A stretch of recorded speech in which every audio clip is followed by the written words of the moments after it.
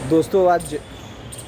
जो सबसे बड़ा मुद्दा है देश के अंदर, ये राष्ट्र जो समानता के आधार पर बना है, ये राष्ट्र जिसको समानता के आधार पर बनाया गया है, ये राष्ट्र जिसे इस बेस पर बनाया गया है कि इस देश में जितने भी नागरिक होंगे सभी को रोज़गार का समान अवसर होगा, सभी को विकास का समान अवसर होगा, सभी को उन्नति का समान अवसर होगा। उसके बावजूद भी आज जबकि देश में एक लिखित संविधान है और उसकी प्रस्तावना इस बात को बोलती है, उसके बाद भी अगर हम देखें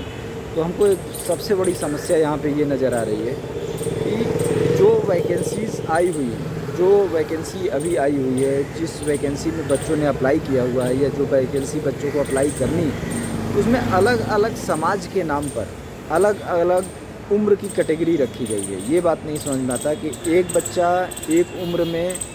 जल्दी बूढ़ा हो जाएगा, एक बच्चा एक उम्र में लेट बूढ़ा होगा। ये फिगर एकदम समझ में नहीं आया, क्योंकि जो वैज्ञानिक बोलते हैं, जो एवरेज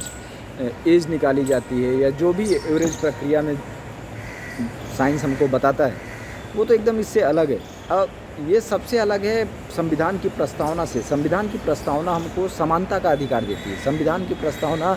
हमें एक समान नागरिक बनाती है। संविधान की प्रस्तावना ये बताती है कि सभी नागरिकों का एक समान रोज़गार का अवसर उपलब्ध कराना गवर्नमेंट की जिम्मेदारी है।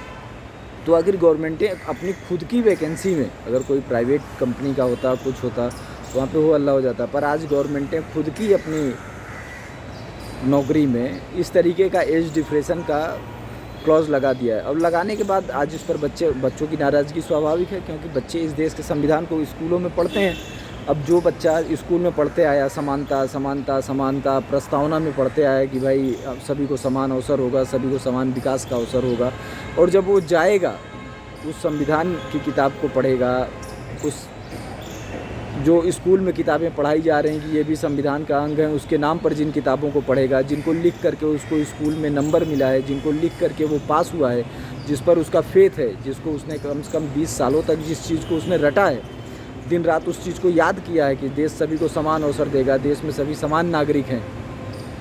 उस राष्ट्र के अंदर, उस देश के अंदर ये जो परिस्थिति पैदा हुई है, ये जो परिस्थिति अभी आई है, ये बहुत ही ख़तरनाक है। क्योंकि ये